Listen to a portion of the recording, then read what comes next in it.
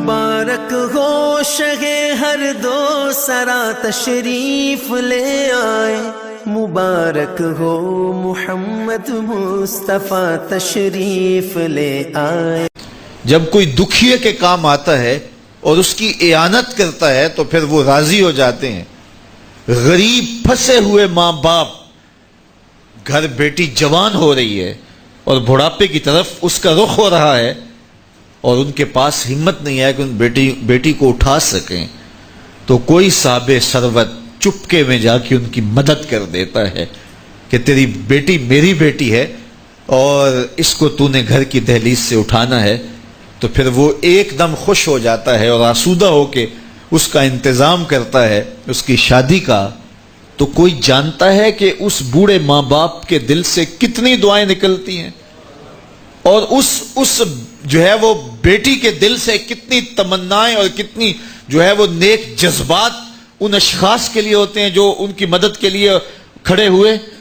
تو کوئی اس کا وزن ہے؟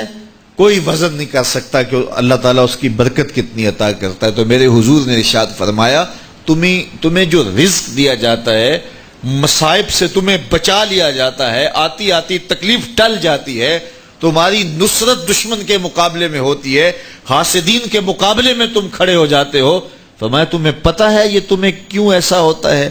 فرمایا الا بدعفائکم، جو تمہارے معاشرے کے کمزور لوگ ہیں جن کی تم نے مدد کی، فرمایا یہ ان کی دعاؤں کا نتیجہ ہوتا ہے۔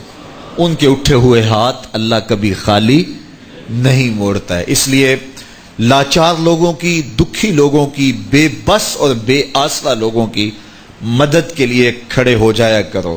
وہ کسی نے کہا تھا کہ بڑوں کی بڑی بڑی خدمتوں سے وہ سکون نہیں ملتا جو چھوٹے چھوٹے لوگوں کی چھوٹی چھوٹی خدمتوں سے مل جاتا ہے۔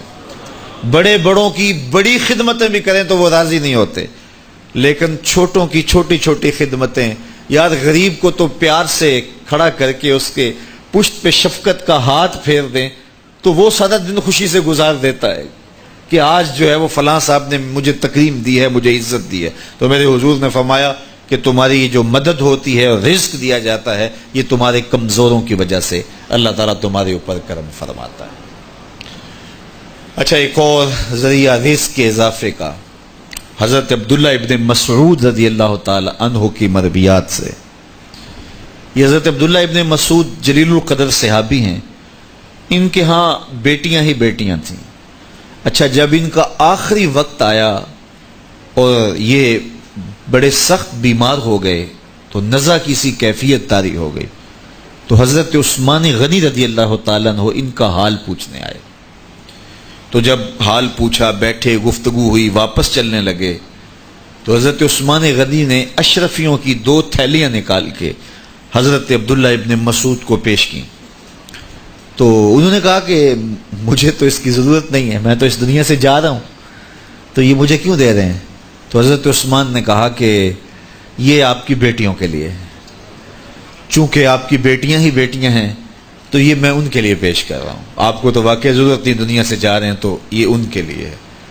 تو حضرت عبداللہ ابن مسعود نے پھر تھیلیاں موڑتے ہوئے کہا کہ میری بیٹیوں کو اس کی ضرورت نہیں ہے، اس لیے کہ میرے حضور نے فرمایا تھا کہ جس کے پاس سورہ واقعہ ہو اس کو غربت تنگ نہیں کر سکتی، تو میری بیٹیاں رات کو سونے سے قبل 1 مرتبہ سورہ واقعہ ضرور پڑھتی ہیں، اس لیے تم میری بیٹیوں کے بارے پریشان نہیں ہونا، اللہ کے فضل سے انہیں غربت تنگ نہیں کرے گی، ان کے پاس سورہ واقعہ جو موجود ہے، تو یہ کسی ایسے ضرورت مند کو دو جس کے پاس سورہ واقعہ نہیں ہے۔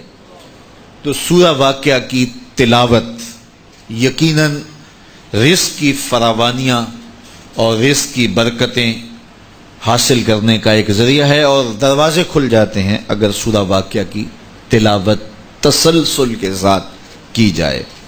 اس لیے اپنے معمولات میں سورہ واقعہ کو شامل کر لیجئے گا، اس کی برکات سے انشاءاللہ رزق کی فراوانیاں نصیب ہوتی ہیں۔